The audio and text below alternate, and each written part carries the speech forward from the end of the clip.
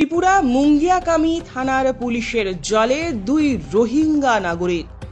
গোটা ত্রিপুরা জুড়ে রোহিঙ্গা নাগরিকদের অনুপ্রবেশ মারাত্মকভাবে বৃদ্ধি পেয়েছে। প্রায় প্রতিনিয়ত বিভিন্নভাবে ত্রিপুরার বিভিন্ন জায়গায় রোহিঙ্গা নাগরিক সহ ভিনদেশীদের আটক হওয়ার খবর সামনে আসছে, যা নিশ্চিতভাবে দেশের সার্বভৌমিকতার প্রশ্নে বড়সড় প্রশ্নচিহ্ন হয়ে দাঁড়িয়েছে। এবার ত্রিপুরা খোয়াই জেলা তেলিয়ামুড়া মহকুমার মুঙ্গিয়াকামী থানার অন্তর্গত ৪১ মাইল এলাকাতে স্থানীয় পুলিশের হাতে নাকা চেকিং এর সময় দুজন রোহিঙ্গা নাগরিক আটক হয়, এর মধ্যে একজন মহিলা। গোটা বিষয় নিয়ে মুঙ্গিয়াকামী থানার পুলিশের বক্তব্য হচ্ছে, অন্যান্য দিনের মতো মুঙ্গিয়াকামী থানার পুলিশ যখন নাকা চেকিং করছিলেন তখন তেলিয়ামুড়ার দিক থেকে একটি টোটোতে করে ৩ জন লোক আসছিলেন।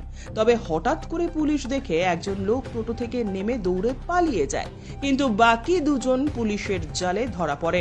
পরবর্তী সময় পুলিশ আটককৃত ব্যক্তিদের তল্লাশি করে তাদের কাছ থেকে যে আইডি কার্ড উদ্ধার করে সেই মূলে পুলিশ নিশ্চিত হয় যে তারা রোহিঙ্গা নাগরিক। এ বিষয়ে ধৃত দুজন রোহিঙ্গা নাগরিকের বিরুদ্ধে মুঙ্গিয়াকামী থানায় সুনির্দিষ্ট মামলার পরিপ্রেক্ষিতে আইন অনুযায়ী ব্যবস্থা গ্রহণ করা হবে বলে পুলিশ জানিয়েছে। জানা গিয়েছে, এই ঘটনার পরিপ্রেক্ষিতে টোটো চালক পঙ্কজ দাসকেও পুলিশ প্রয়োজনীয় জিজ্ঞাসাবাদ করেছে। টোটো চালক দাবি করেছে, সে যখন রাত্রিবেলা তেলিয়ামুড়া ওমপি চৌমুহনীতে ছিল তখন ৩ জন লোক তার টোটো ভাড়া করে আমবাসায় নিয়ে যাচ্ছিল। সে এর বেশি আর কিছুই জানে না। এদিকে গোটা ঘটনার পরিপ্রেক্ষিতে ব্যাপক চাঞ্চল্য তৈরি হয়েছে। আমি অমরপুর স্ট্যান্ডের টমটমে যারা রয়েছি তেলিয়ামুড়া স্ট্যান্ডের যারা রয়েছি তারা অমরপুর স্ট্যান্ডে নামছে ৩ জন। আমি বুঝি কই যাবেন আপনারা, বুঝছে আমপাশা যাইব। আমপাশা যাওয়ার কথা কইছে, আমি বুঝি চলেন রেলে যাবেন গা। তারা কইছে কোনো রেলে গেলে আমরা অসুবিধা দেবো, আমরা এদিকে যাবো। আমি বুঝি এমনি গেলে গাড়ি পাইতেন না, আপনারা রেলে গেলে ভালো হইব, কোনো আমরা অন্য গাড়ি রিজার্ভ করে যাবো গা। আমি বুঝি রিজার্ভ করলে তাহলে চলেন আমি যাবো, আমি লিয়ে যাবো। রিজার্ভ ৫০০ টাকা ঠিক করছে। আমি তারা রেলে আইসি, এখানে আওয়ার পরে ৪১ মাইল আমাদের নাকা চেকিং আছে, এখানে চেক করছে। চেক করার পরে ধরা পড়ছে যে তারা বিদেশি লোক। ২ জনের অ্যারেস্ট করছে আর একজন বেঁকে গেছে। হ্যালো, এটা সন্ধ্যার পরে আমি আইছি, ঠিক আছে। আমি তেলিয়ামুড়া টু রেল স্টেশন মানে তেলিয়ামুড়া ভিতরে ইয়ে করি আর রিজার্ভ হইলে কোনো আমরা আই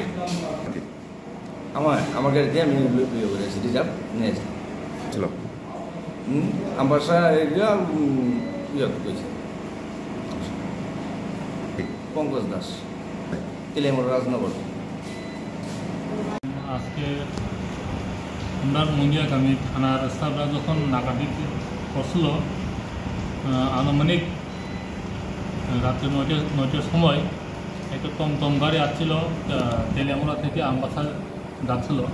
তো আমরা মুঙ্গিয়াকামীর ৪১ মাইল নাকা পয়েন্টে চেকিং করার সময় আমরা ওই টমটমে ৩ জন লোক ছিল। তো একজন লোক আমরা পুলিশকে দেখি সে ওইখান থেকে পালিয়ে গেছে। তো বাকি যে ২ জন ছিল, আমরা ওনাকে জিজ্ঞাসা করার পরে ওনার আইডি কার্ড দেখার পরে আমরা জানতে পারি যে ওনারা রোহিঙ্গা। তো আমরা ওনারা ২ জনকে আমরা ডিটেন করছি। ওখানে একটা শেষে আমরা আইন মোতাবেক ওনার এগেন্সে আমরা কেস রেজিস্টার করা হয়।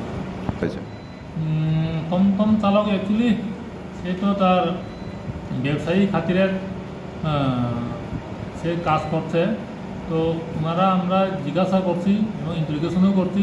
সে বলল যে ওনার বাড়ি তেলিয়ামুড়া, ওনার নাম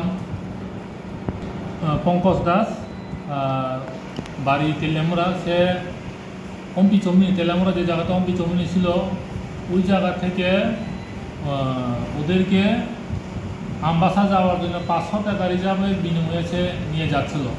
তো আমাদের এই নাকা পয়েন্টে আমরা চেকিং করার সময় ওই ৩ জনের মধ্যে একজন তো পালিয়ে গেছে আর ২ জনকে আমরা রোহিঙ্গা হওয়াতে উইদাউট কোনো ডকুমেন্ট ছাড়া তারা ভারতে প্রবেশ করার আইনে আমরা সিসি কেস রেজিস্টার করা হইব।